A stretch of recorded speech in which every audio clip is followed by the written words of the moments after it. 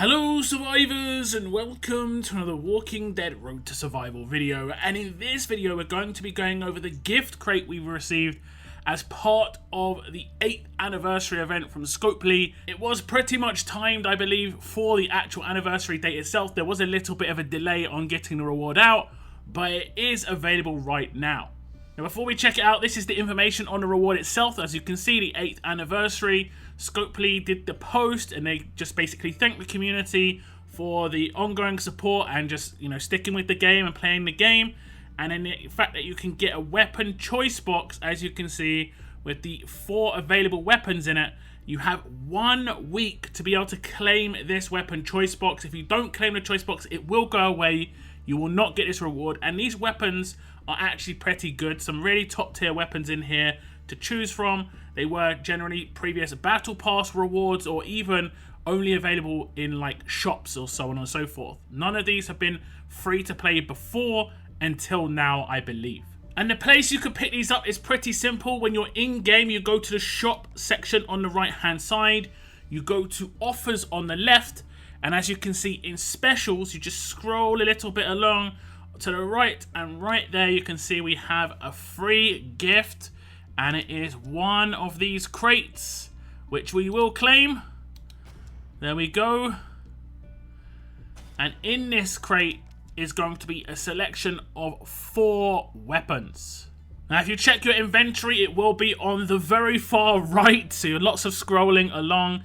You can open it, and great news is that we can actually check out the information on each weapon before we claim it. And that's what I'm going to do right now. The first weapon is Thanksgiving Sophia's drumstick. This was just during last year's Thanksgiving event, and it has got 40% attack, a huge bonus to AP when attacking, improved double attack when attacking, a 60% chance to make a second attack with 175% attack and get 40 crit for 2 turns, and in the last slot, improved critical expert, turns the fighter's base crit chance to 100%. This fighter gets plus 20 crit damage. This is quite a nice weapon, but I will say, very importantly, because we've just got access to the new Sophia crate in the Mythic Market, this weapon does not work with Sophia. The double attack and the 100% crit chance will never work with her signature move or her adrenaline rush. The only thing you're going to get from this weapon for Sophia will be 40% attack, and you're upgrading that to 55%, which is nice for Sophia. But you definitely want a 1535 on the weapon or something else in the 3rd slot that can give her a bonus. She can't take advantage from anything that says when attacking. This would work in the hands of someone like Heng Yen, Agent 46, old school Rosita, if you remember the Rosita, who was the anniversary reward from 2 years ago now. And she could potentially utilize this. Not very heavily used character, but those sort of characters that have crit potential on their signature moves and adrenaline rushes. That's just something to note. That's why I'm not going to be picking up this weapon. I also think that double attack is a little overrated. It isn't guaranteed to occur. I prefer guarantees or situational guarantees. For instance, I prefer when I can do extra damage based on the enemy's HP, and that is a guarantee if the enemy has a certain amount of HP, be it 50% plus. But for this weapon, that's not going to be the case. That's why I'm not going to be claiming this one myself. Now, the next weapon we're going to check out is going to be Emperor Ezekiel's katana, and that is the weapon in the top right-hand corner. If we select that weapon, you can see it's got 40% attack, a huge bonus to AP when attacking.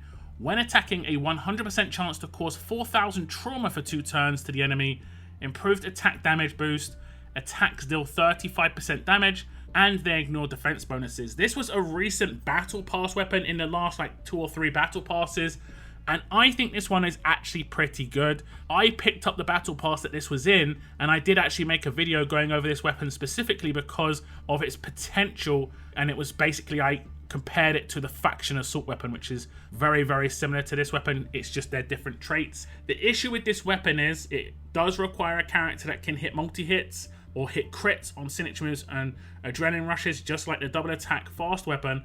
But there aren't too many, strong characters out there that can do that other than Carver or Tyrese. That's pretty much it.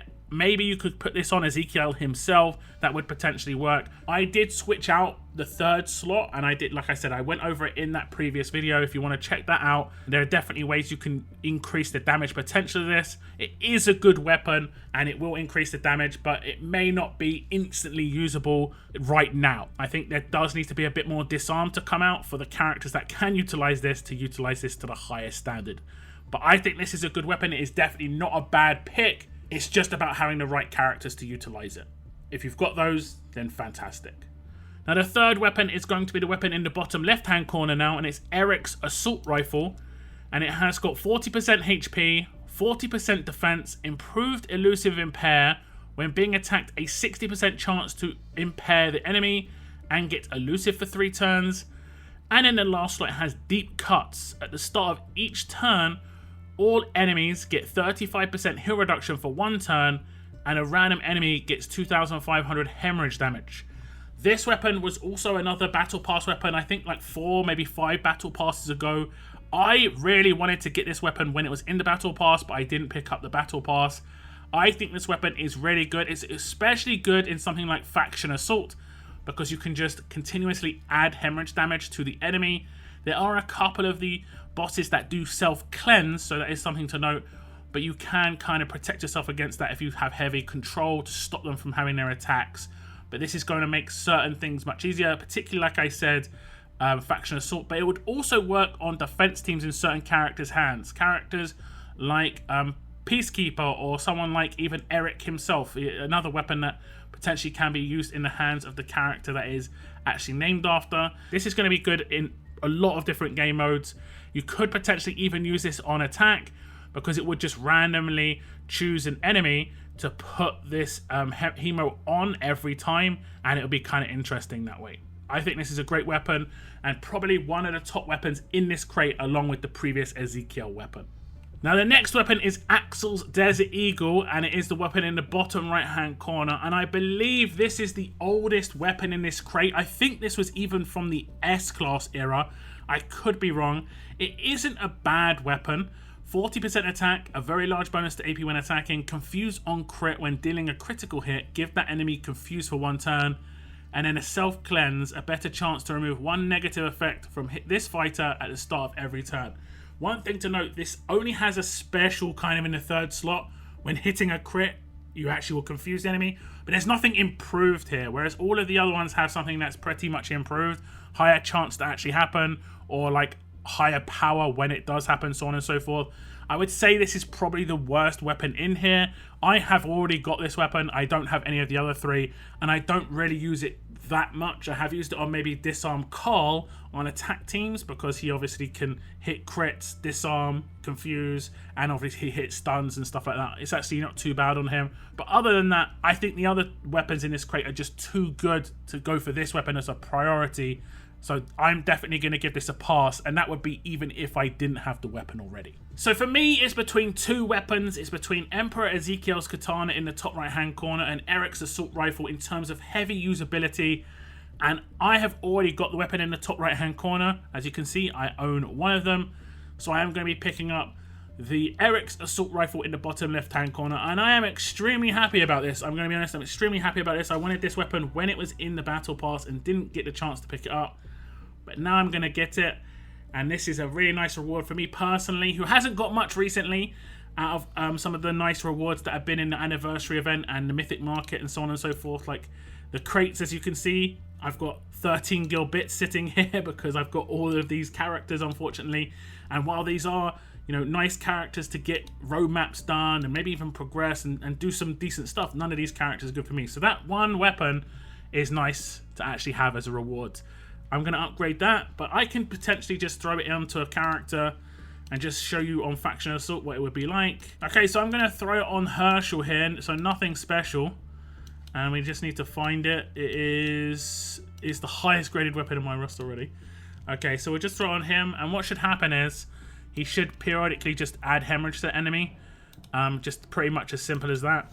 As you can see, the enemy at the top has hemorrhage. We will just ignore that though, it's not a big deal.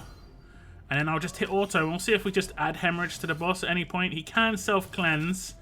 So you can see he's got hemorrhage. It's going to go up to 5k. And now it's going to go up to 10k. And then next turn it should go up to, look, next, because he can proc the weapon and add 2.5 from the fact that he's already got it on the enemy. So you can see it's just doing extra damage. Now he's stunned for 3 turns. Gives me a chance to ramp up that hemorrhage a little bit. If I had a lacerator, which there aren't any in Atlanta, I'd be able to double this every time. So this is hopefully eventually going to get up to decent numbers. And I will say this boss in particular has been a problematic boss for me. In terms of just getting the damage done. It's generally pretty slow. It's generally pretty slow. And this is basically why I picked up this weapon. This is basically why I picked up this weapon, as you can see. It's just going to give me hundreds of thousands of damage just from the... I don't think it tells you a... Oh, it does. It tells you extra damage. So we'll zoom to the end of the fight just to see the extra damage that this is going to have done. Okay, so we're on the last turn, and you didn't see it, but it got up to over 400,000 on the actual bleed. And then you can see down the bottom, an extra 4 million damage is done, and that 4 million damage is from the bleed from hemorrhage. So you can see it did the most damage out of my entire team. Shane did 3.1, Laurie did 2.9, but the hemo damage did 4 million. So definitely nice for Fracture Assault. It will be useful on certain defense teams as well. I just got to figure out what I'm doing there, honestly. But that's it on this little video, guys. Do tell me in the comments down below which weapon you decided to pick up. I want to thank you very much for tuning in. And as always, keep on surviving, guys. Keep on surviving.